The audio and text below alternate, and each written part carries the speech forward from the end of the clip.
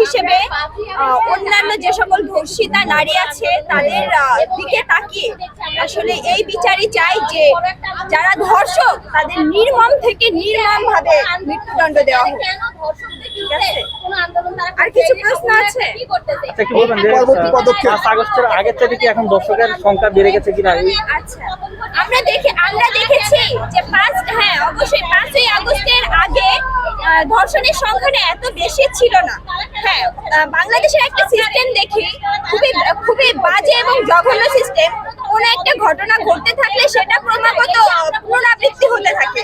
যেমন ধর্ষণের ঘটনা যখন এই যে জুলাই গণ অভ্যুত্থানের পরবর্তী সময়ে যখন প্রথম ঘটলো, আমরা মনে করেছিলাম এটাকে শাস্তির আওতায় আনা হবে এবং আমরা কখনো কল্পনাও করিনি যে সেই সংখ্যাটা বেড়ে আসলে 24 ঘন্টায় এত মানে ব্যাপক পরিসরে আসলে ছড়িয়ে পড়বে।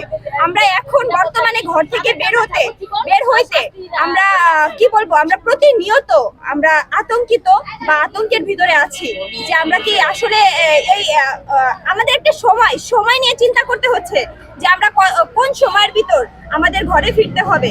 আসলে ঘরে ফিরতে হবে, আমরা যে ঘরে ফিরি নিরাপত্তার কথা চিন্তা করে ঘরে ফিরতে চাই, সেই ঘরেও কিন্তু নারীরা সেফ না।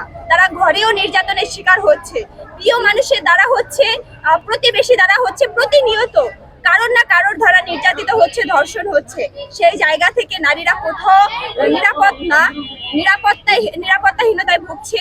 আমি দাবি করব অবিলম্বে তাদের দৃষ্টান্তমূলক বিচারের আওতায় আনা হোক, যাতে এই ধর্ষণের সংখ্যাটা আর বেশি বৃদ্ধি না পায়। পরবর্তী